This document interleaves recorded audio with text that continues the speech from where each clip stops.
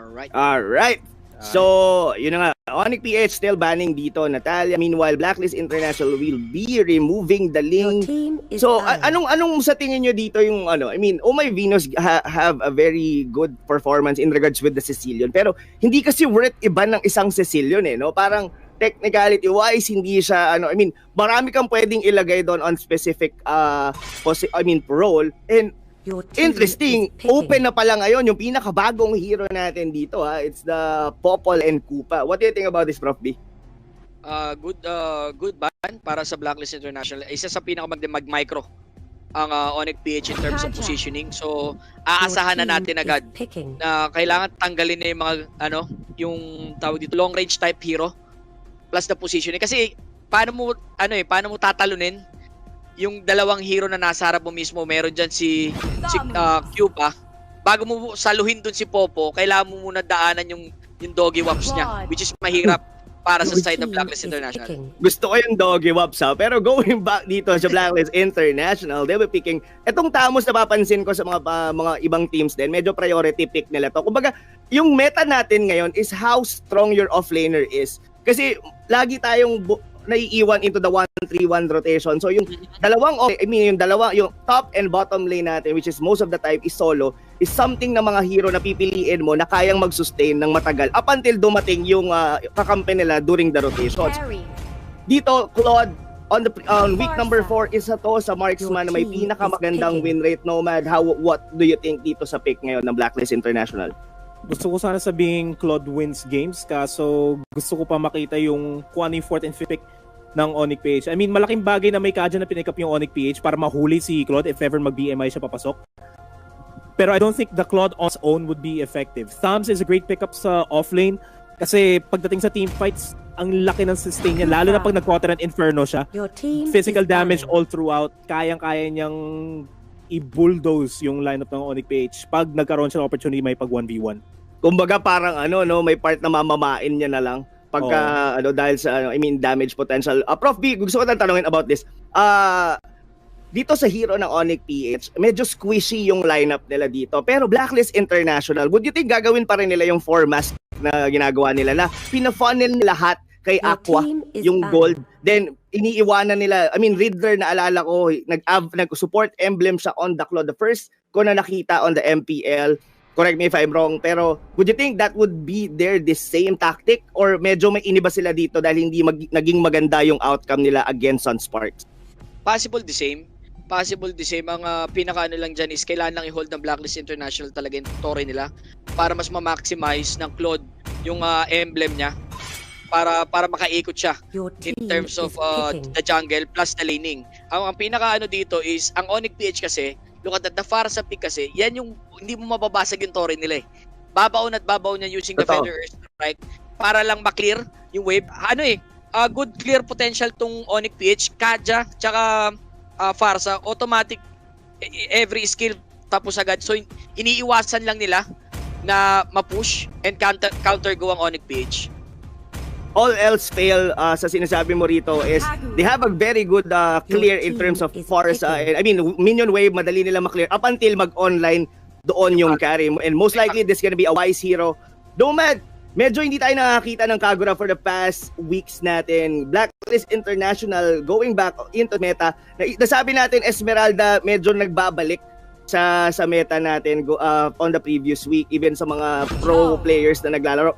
What your insight about dito sa Kagura? Medyo pasok ba siya sa nakikita mong lineup?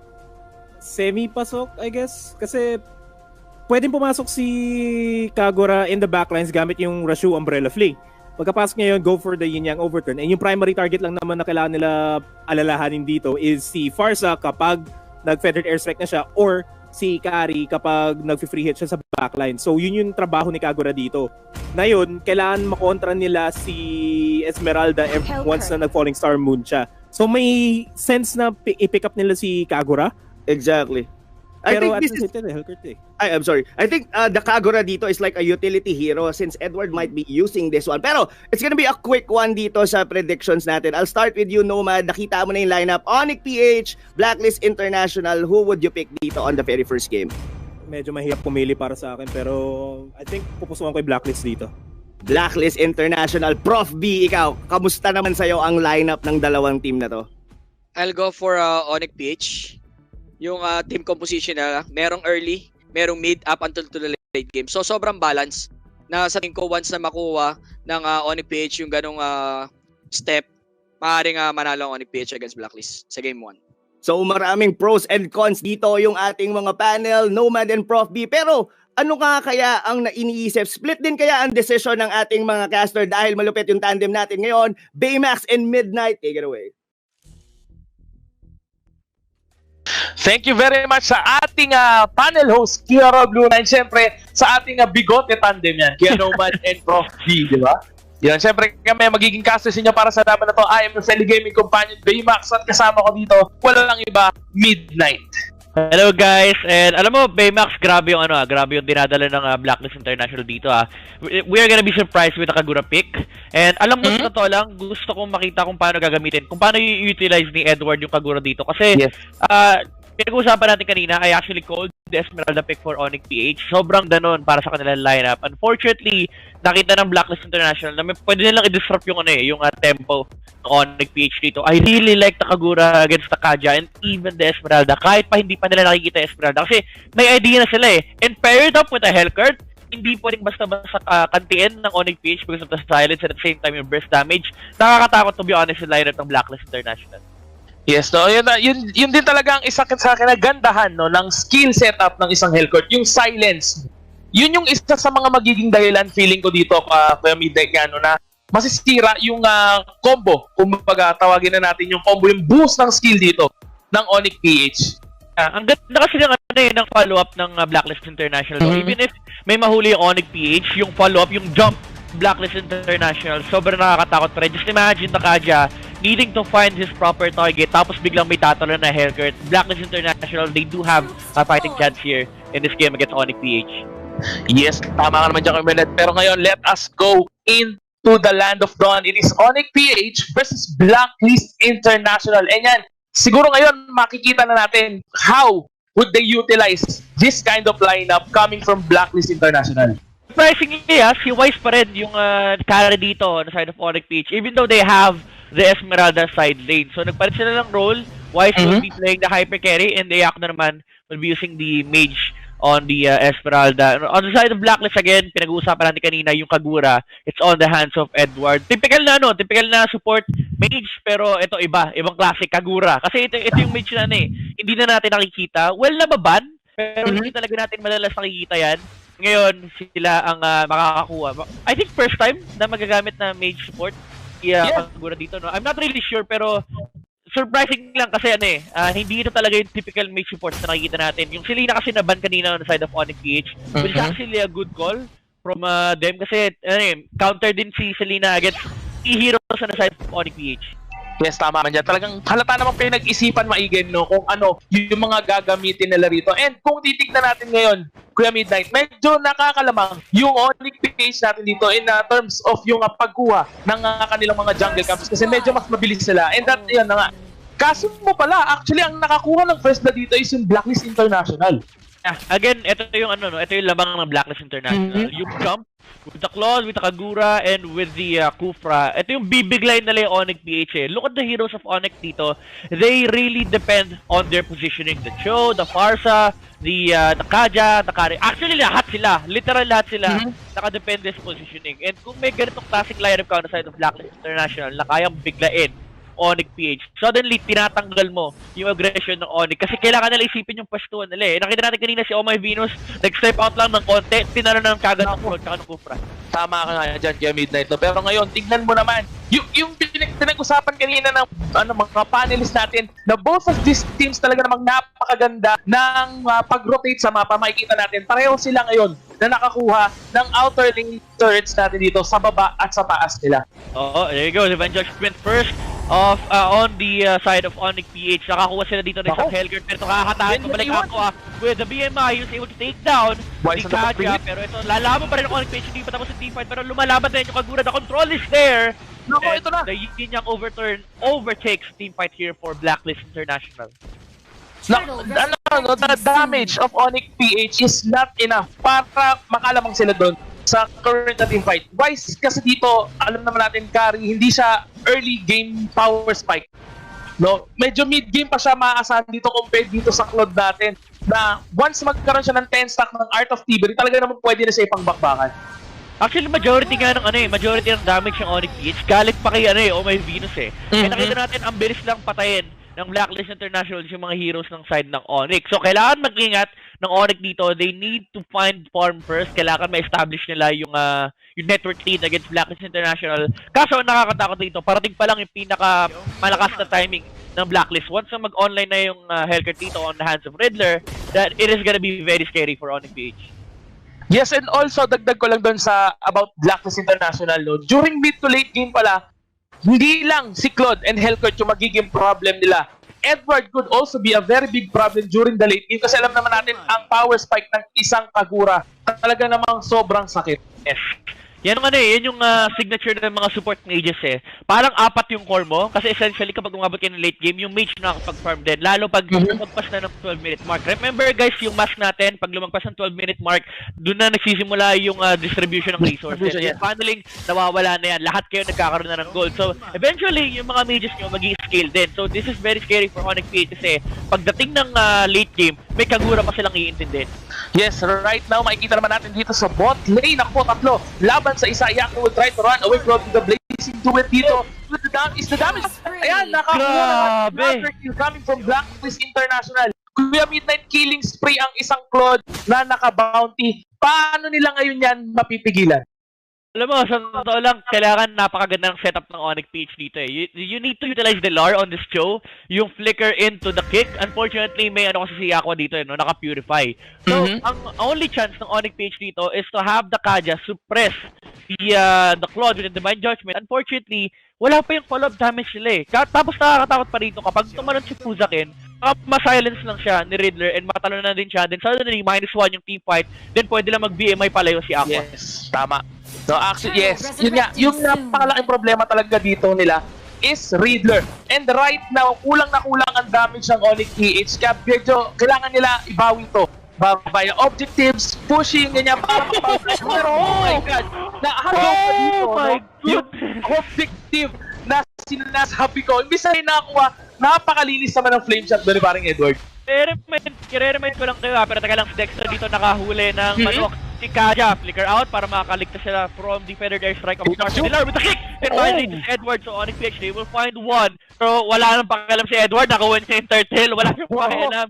Kasi i-remind ko lang kayo, ni-nerf yung damage ng flame shot and he was able to snipe the turtle away from Onyx PH. Napakagandang spike cannon for Esmeralda. Unfortunately, nakuha nga ng Blacklist International. And this is very surprising, Baymax. Blacklist International is actually holding their ground against Onyx PH. They're going toe-to-toe with the Titan. Tama. Medyo nahihirapan din kasi talaga yung Onyx PH ngayon. Doon nakakasabay sila. Sa rotation-wise, yes, nakakasabay sila. Pero ito yung pick-up trap, nila. Nilard din sila, medyo naipit dun sa wall. Ang burst damage, diba? Walang burst damage. Buti nga, di pa sila nilabanan ni Riddler dun kasi malayo pa si Edward. So, wala sa pwesto yung Kaguto actually join the skirmish. Pero, Blacklist International, you now have a window na walang Divine Judgment yung Kaja. If you're Blacklist, you look for fights now and yun yung ginagawa nila sa may top lane. Pero Skiller dito on the bottom lane will be taken down by the Farsa. Onyx PH will actually trade the show on the top lane and ito yung sinasabi natin kanina, they have a window to fight Onyx PH. Pero Onyx PH, they realize that mahina yung timing nila ngayon. They're going for trades. Pinatay nila si Thomas on the bottom lane and they will actually be able to take down the tier 2 tower here on the bottom lane. Wow, dalawang turret and isang kill yung kapalit. But here on the mid side naman, Aqua. Ito nga ngayon yung pinangpalit ng ating Blacklist International. Dun sa second tier turret nila sa baba, kinuha nila yung third tier sa mid lane, which is much more important than the other lanes. Kasi alam naman natin yung lane na mid, yan yung pinakamabilis daanan ng minions kasi walang curvature, di ba? Yes, so dire-diretso lang yan. Diyan sila mape-pressure mamaya pero mukhang magkakaroon tayo ng teamfight dito. Medyo awit yung talon ni Raider doon medyo support so hindi aabutan yung carry. Pero may counter objective naman. May counter objective naman. May counter objective. Will be taken by the Claude. And nahuli! Mga kaibigan! Si Puso dito! Blazing Duet from Aqua na ko po! Yatar! Mga kaibigan! May Venus dito. Wise and Puso was taken down. Napakagandang setup mula kay Edward. Aqua dito, yes, napakaganda ng basic do it, pero that team Nako po. started with amazing engagement from Edward Dilar. Susunod pa rito, Flame Shot, Kineas pa mga kaibigan. Talaga naman, no, sinecure lang, para baka daw makatakas eh. Akin na lang kaysa matakas.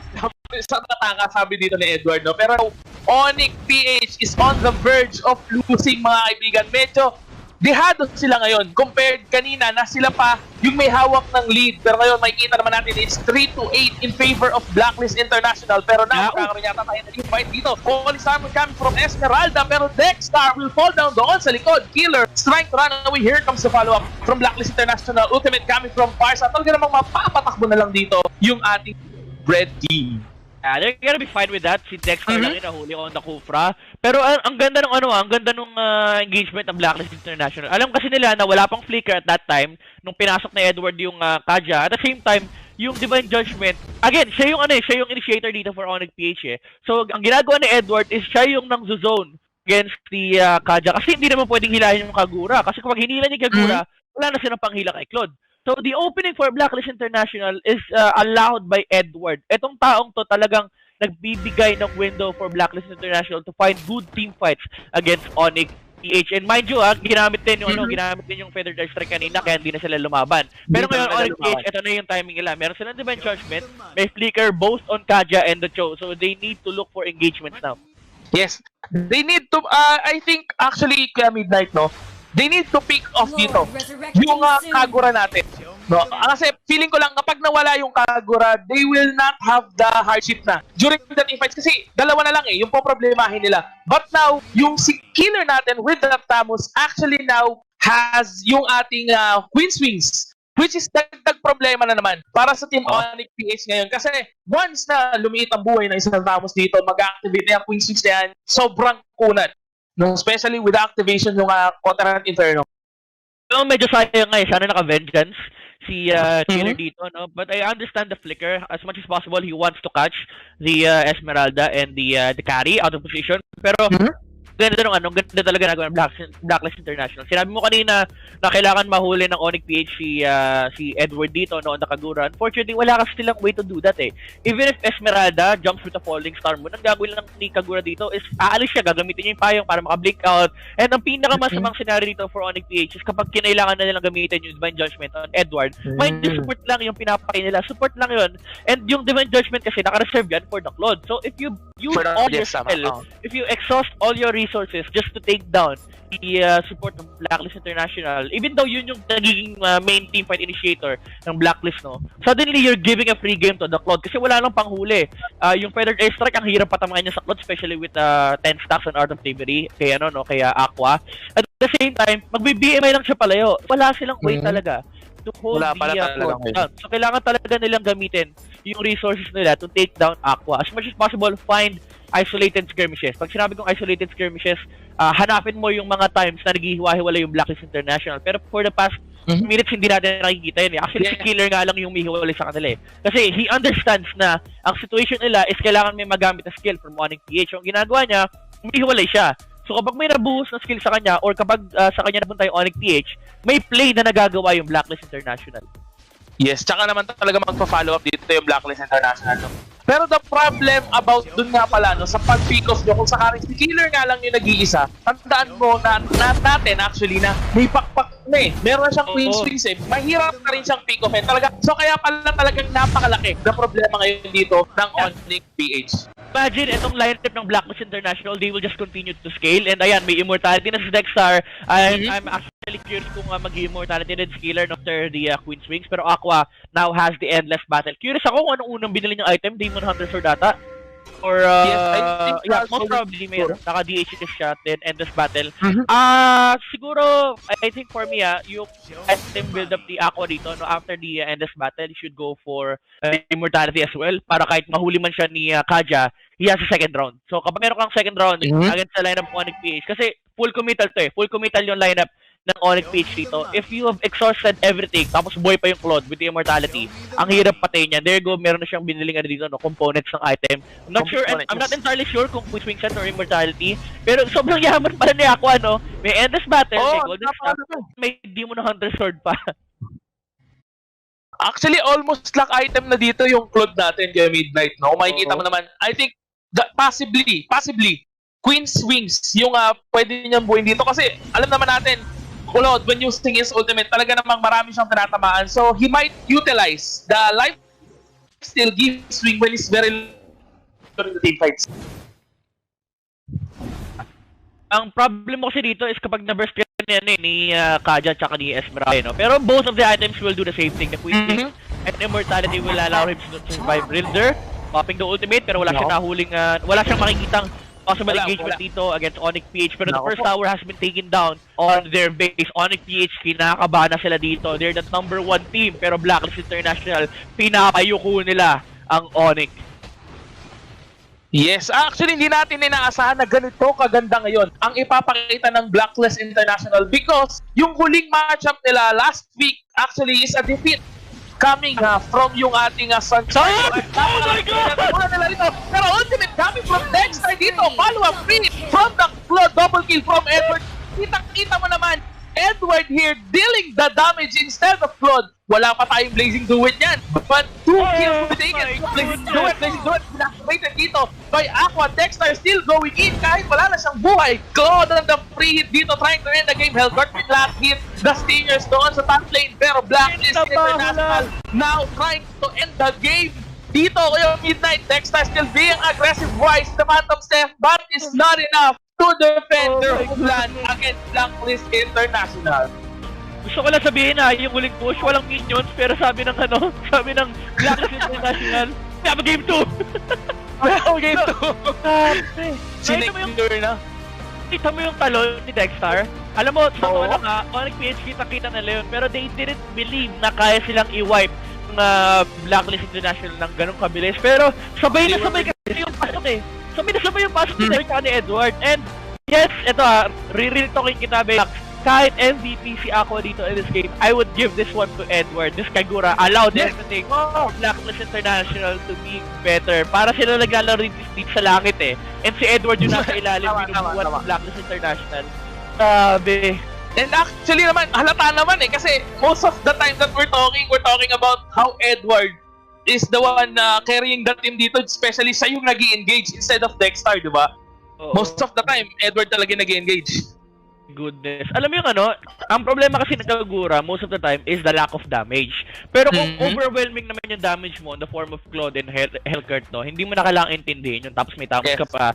Ang pwede mo na lang gawin is ang zone out ka. Pwede nga Selena ginamit ni Edward dito. Actually, pwede rin Gord. Kasi may mga crowd control na yun. Pero Kagura fits the purpose of having this zone out potential as well as the team fight combination along the Kufra. Kaya sobrang gaan ng buhay ni Aqua eh. So totoo lang po ako si Aqua. Nagpapasalamat ako kay Edward in this specific game. Sobrang ganda. Sobrang performance. Ang gagamitin ko na example is yung pick up si Puzakin sa mid lane. Kasi si Edward, nung nakita niya si Kaja, nag-overstep na konti. So kagad, hindi niya overturn.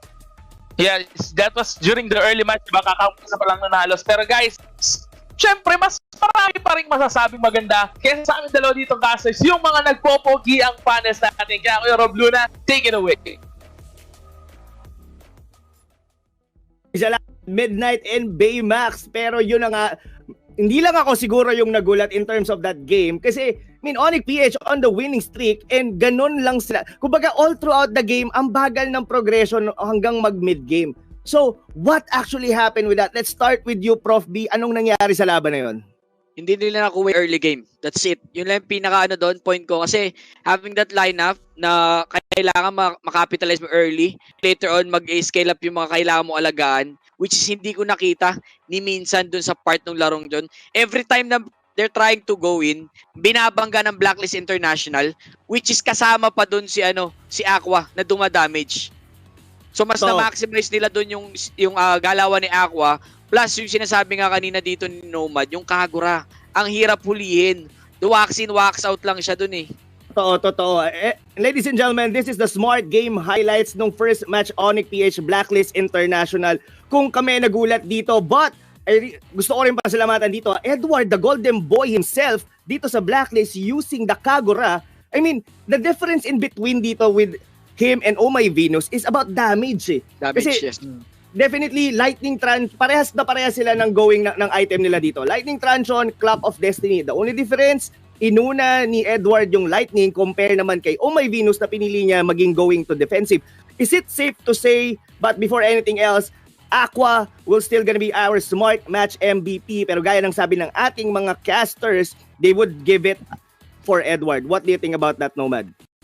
Kay Edward ko pa rin bibigay kasi si Kagura, kagaya ng sinabi ni Midnight, si Kagura magda-dive in siya sa backlines para i-zone out kung sino man yung kailangan protektahan ni Oh My Venus. Target kagad si Carry, talagang wala silang mapapalagan doon. And ang ganda lagi ng Rashu Umbrella free plays ni Edward going into a yin-yang overturn. Maximize a lot of damage. Papasok din si Kufra doon. It's all synergy. Dahil lang kay Edward. Saka unsung hero dito sa akin para rin sa isa, si Dexter. Kasi marami akong time na nakikita ako, nagcha-charge siya, parang fake charge. Parang binibigyan niya lang ng parang tinitreat na lang yung Onyx PH na papasok ako. Alam mo yung isipin mo papasok ba to o hindi. Yun yung uncertainty na binibigay dito ng Blacklist International. Kaya all throughout the game naging reactive yung Onyx PH. The moment lang sila na para bang kumbaga puro